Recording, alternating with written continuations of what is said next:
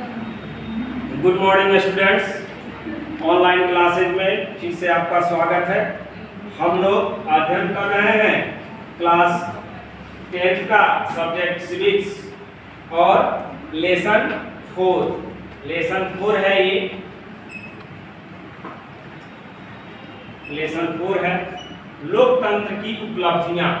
लोकतंत्र की उपलब्धियां क्या है, किस तरह से ये लोकतंत्र को हम लोग सही में लोकतांत्रिक मानेंगे। वैसा देश, जिस देश में लोकतंत्र है वहां पर मुख्य उद्देश्य होना चाहिए कि सभी व्यक्ति को स्वतंत्रता होना चाहिए। स्वतंत्रता होना चाहिए, सबको समानता होना चाहिए। स्वतंत्रता और समानता होना चाहिए, अर्थात किसी भी आधार पर, जाति के आधार पर हो, धर्म के आधार पर हो, संप्रदाय के आधार पर हो, किसी भी आधार पर आप भेदभाव नहीं कर सकते हैं। सबका जो है लोकतंत्र में स्वतंत्रता और समानता होना चाहिए। हर व्यक्ति की, और एक बात और है कि हर व्यक्ति की गरिमा होनी चाहिए। इसका भी हम लोग ध्यान रखेंगे, यानी हर व्यक्ति को सम्मान देंगे, इज्जत देंगे, उसके साथ अच्छा व्यवहार करेंगे, तब जाकर समझेंगे कि लोकतंत्र बेहतर है। और इसकी उपलब्धियां क्या है कि हर व्यक्ति को, हर जनता को अपना जनप्रतिनिधि चुनने का अधिकार है। सबसे बड़ी समानता यह है कि हर व्यक्ति को चुनाव में प्रति 5 वर्ष के बाद चुनाव होता है ना, और उसमें जो जनप्रतिनिधि चुने जाते हैं, किसके द्वारा चुने जाते हैं? जनता के द्वारा चुने जाते हैं। वही जनता जो है अपने प्रतिनिधि को चुनती है, तो उसमें समानता होता है।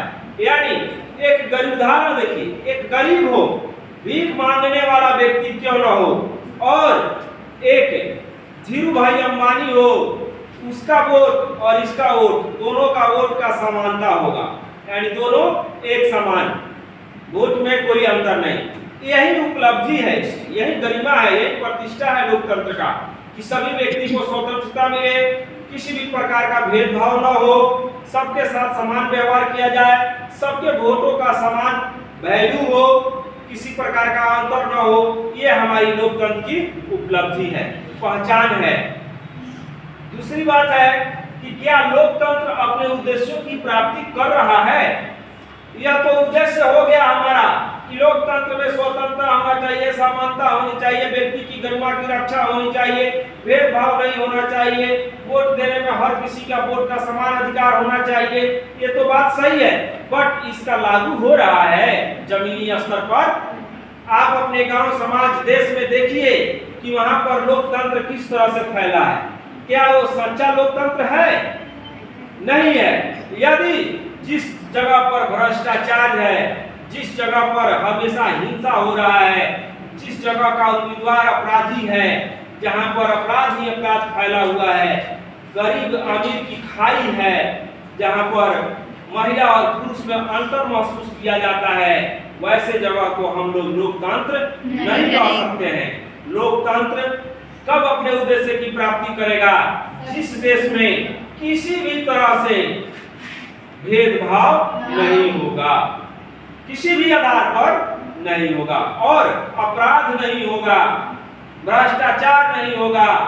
जो जनप्रतिनिधि चुने जाएंगे वे जनता के हित में काम करेंगे, जनता का शोषण नहीं करेंगे, तब जाकर लोकतंत्र होगा। नहीं तो कहने मात्र का लोकतंत्र है, बस हम लोग अपना चुनाव में वोट दे देते हैं पार्टी के नाम पर। पार्टी के नाम पर वोट नहीं देना चाहिए, जाति के नाम पर वोट नहीं देना चाहिए, धर्म के नाम पर वोट नहीं देना चाहिए। जब भी वोट देना चाहिए, व्यक्ति विशेष पर वोट देना चाहिए। जो व्यक्ति अच्छा हो, पढ़ा लिखा हो, जो सामाजिक कार्यकर्ता हो, उसे हम लोग चुने, तब जाकर देश का विकास होगा, कल्याण होगा। नहीं तो हमारा देश जो है सिर्फ कहने के लिए लोकतांत्रिक रहेगा, लेकिन धरातल पर उसका कोई जगह नहीं होगा। तो ये हम लोग देखें कि लोकतंत्र अपने उद्देश्यों की प्राप्ति कर रहा है या नहीं। बहुत ही अच्छा ये शासन पद्धति है लोकतंत्र का। इसमें हम लोग अपने उद्देश्यों की प्राप्ति करने के लिए जनता जो है अपने जनप्रतिनिधि का चुनाव करती है। और वो जनप्रतिनिधि, जैसे बिहार के बात मैं आप लोग को बता दे रहा हूँ, जैसे बिहार में क्या हो रहा है अभी,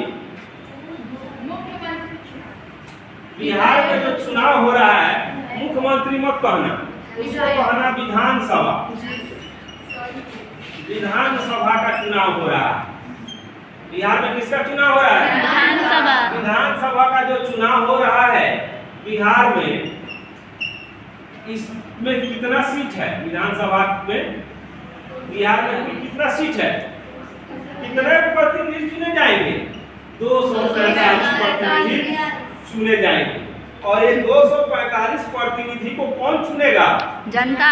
जनता अपना बहुमत वोट देकर इनको जिताएगी। और जीते हुए प्रतिनिधि क्या कहलाएंगे?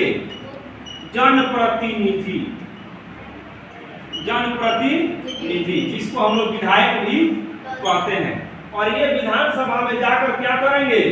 सरकार का गठन करेंगे, यानी सरकार बनाएंगे।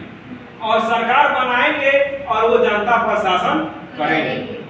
तो इस तरह से हम लोग अपने लोकतंत्र का काम किए। लेकिन जो व्यक्ति सरकार में गया वो तो अच्छा होना चाहिए।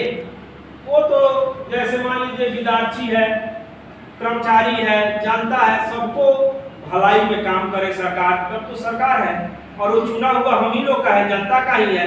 अगर वो भलाई का काम नहीं करता है, जनता के हित में काम नहीं करता है, तो फिर 5 वर्ष पर तो मौका मिलेगा, हम लोग बदल सकते हैं।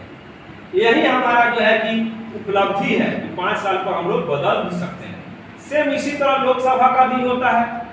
लोकसभा जो केंद्र सरकार का होता है, लोकसभा में भी हम लोग इसी तरह अपने जनप्रतिनिधि का चुनाव करते हैं।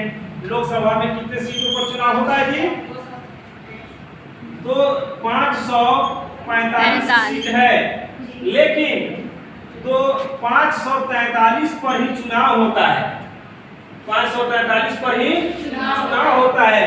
चूंकि 2 व्यक्ति को राष्ट्रपति जो है ना वो मनोनीत करते हैं, ये एग्लो इंडियन कहलाते हैं। तो 43 और 2 45 हो गया। ये भी लोकसभा में जाकर सरकार का गठन करते हैं। इनको हम लोग सांसद कहते हैं। ये सांसद जाकर लोकसभा में सरकार का गठन करते हैं, पूरे भारत पर शासन करते हैं। कहने का अर्थ यह है कि कोई भी व्यक्ति अकेले शासन तो नहीं कर सकता है। सत्ता का वर्गीकरण किया गया है, यानी सेंट्रल गवर्नमेंट जो है, केंद्र सरकार, वो क्या की है, भारत को कई राज्यों में बांट दी है। हर राज्य का विधानसभा है, वहां मुख्यमंत्री चुने जाते हैं। और वो राज्य भी क्या किया है कि अपने राज्य को कई जिलों में बांट दिया है, और जिला को कई अनुमंडल में बांट दिया है, अनुमंडल को कई ब्लॉक में बांट दिया गया है, और ब्लॉक को कई पंचायत में बांट दिया गया है, पंचायत को कई वार्ड में बांट दिया गया है। इस तरह से शासन का जो है सत्ता का वर्गीकरण किया गया है। ये लोकतंत्र की विशेषता है, उपलब्धि है। तब जाकर कोई व्यक्ति ये अच्छा तरीका से शासन कर पाता है। तो आज के लिए बस इतना ही। नेक्स्ट इसके अगले पॉइंट उत्तरदायी एवं वैध शासन के बारे में हम लोग अगले क्लास में जानकारी प्राप्त करेंगे। तब तक के लिए आप सभी को धन्यवाद।